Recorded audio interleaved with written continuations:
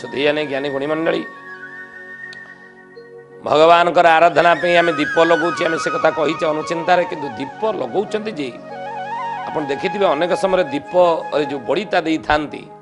से बड़ीताटी अनेक समय अधा जलिकी लिभि जाए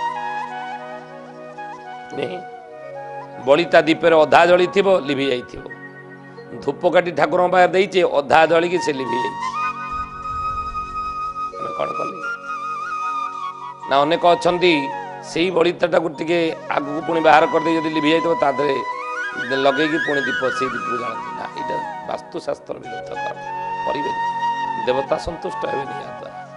आ बड़ीताटा अधा जलिकी जदि दीपर रहे तो ही परदिन जाए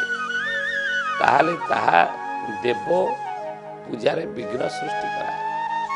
देवता मान द्वारा संतुष्ट आपण पूजा निरर्थक हो जाए जदि पूजा करते से पूजाटी देवता ग्रहण करते ना यदि बलिता अधार जली लिभिकी से दीपर तो ही परदिन पर्यंत थी जदि देखिले दीप जलिला परे दीप लिभिला परे आउ अधा बलिता रही दीपरे तुरंत आपण ता परदिन पर्यंत दीपर रही से बलिता को अधा जला बलिता को देवेनि से बलिता को तत्क्षणात आप काढ़ी फिंगे दीप जदि जली जाली थे वृंदावती मूले हो ठाकुर पाखे हो से दीपटी जदि अधा ए धूपकाठी जदि जाली थे धूपकाठी जदि अधा जलिकी लिभिकी रहा ताको तुरंत काढ़ी बाहर पकई अधा जली धूपकाठी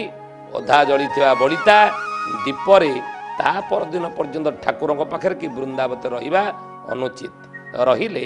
आपणकर पूजा निरर्थक है से दिन आप जानवे तेणु तुरंत आपड़ काढ़ी बाहर पकईबे ये आज अनुचिंता समय विदाय दिंतु हरि ओम शांति ही शांति ही शांति ही सर्वारिष्ट सुशांति भवतु।